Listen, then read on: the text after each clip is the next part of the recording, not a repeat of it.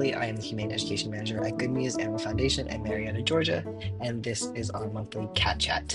Each month, we are going to tackle one cat behavior or cat care topic to help you better understand the animals in your life. This month, we're talking about spraying, what it is, why it happens, and what you can actually do about it. So let's get into it. Here's something I want you to sit with for a second. When your cat sprays, they're not trying to ruin your day. They're not being defiant or vindictive. They're sending a message. Spraying is one of the many ways cats communicate stress, safety, and territory. And when we treat it as misbehavior, we miss that message entirely, and we often make the problem worse. So today we're going to learn about how to read what our cats are actually telling us and respond in ways that actually help. So let's start with the big picture. Spraying is not misbehavior, defiance, or spite. It's completely normal feline communication behavior that only becomes a problem when it happens inside our homes. Cats evolved to use scent, especially urine, to communicate about territory, safety, stress, and social relationships. That system works great in the wild. It gets a lot messier when it collides with your couch. Spraying is one of the most common reasons cats are punished, rehomed, or surrendered to shelters. That's heartbreaking because the vast majority of spraying cases are preventable, reducible, or completely resolvable when people understand what the cat is actually responding to. The goal isn't to correct the cat, it's to reduce the pressures that make spraying feel necessary to them in the first place. So what does spraying actually look like?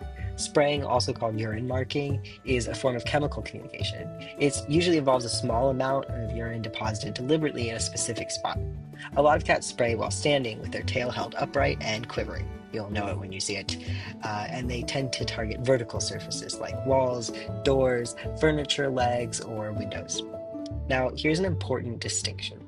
Spraying is not the same as inappropriate elimination caused by litter box problems or urinary illness. These are different things, though they can sometimes overlap. Some cats spray and still use the litter box completely normally. Others may mark on horizontal surfaces, which is one reason spraying gets misidentified a lot.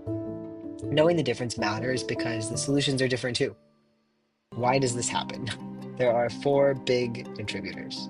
First, reproductive hormones. Sexually intact cats, especially males, spray far more frequently than cats who've been spayed or neutered. Intact females can spray too, particularly when they're in heat or in socially stressful situations.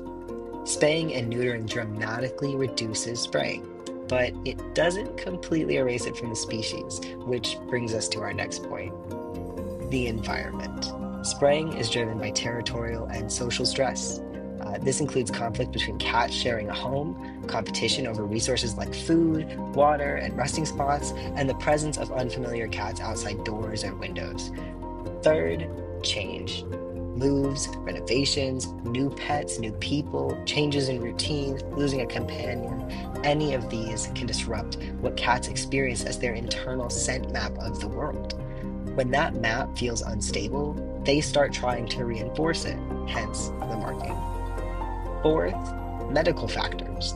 Urinary discomfort, pain, or illness can increase stress and contribute to house-soiling behaviors. Stress can even cause a painful sterile inflammation of the bladder. That's why veterinary guidelines recommend ruling out medical causes early, even when spraying seems purely behavioral. Here's a stat that may surprise a lot of people.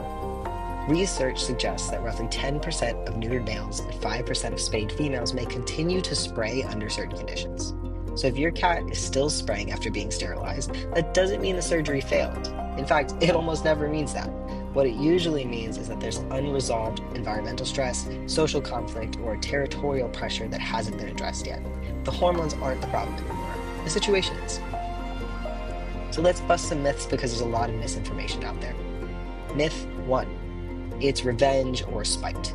Cats do not associate urine placement with punishment, fairness, or payback.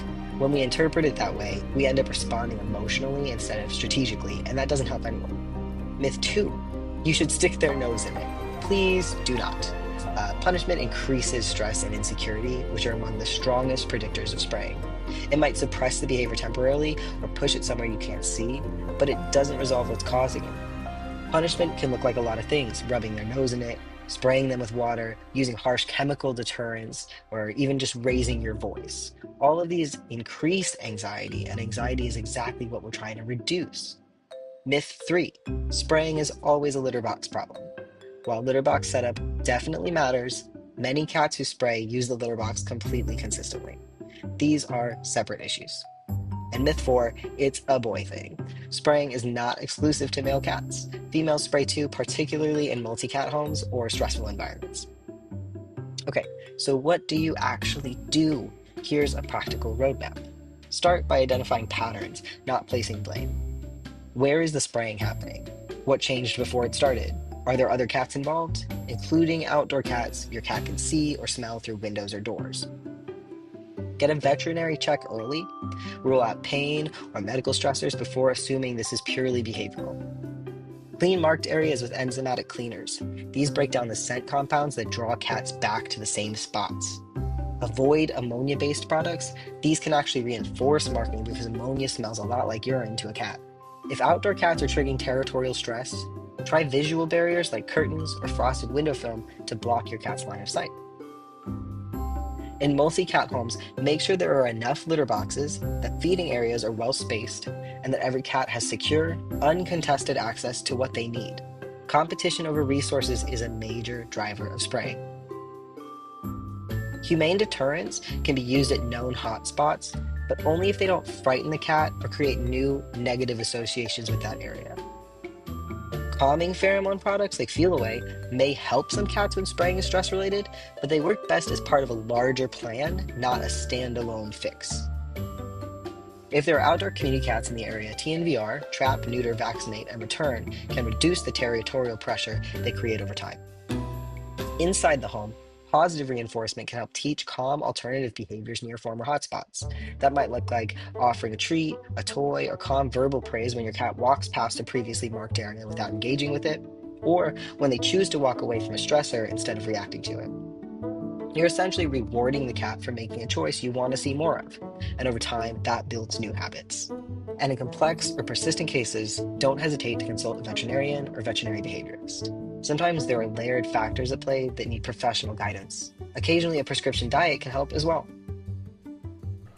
Thank you so much for joining us for our monthly cat chat. If you want to learn more, you can find all of the resources we used to build this video here, and you can find all of the links to the photos or videos we used in the description below. Again, thank you so much for joining us, and we will catch you in the next one.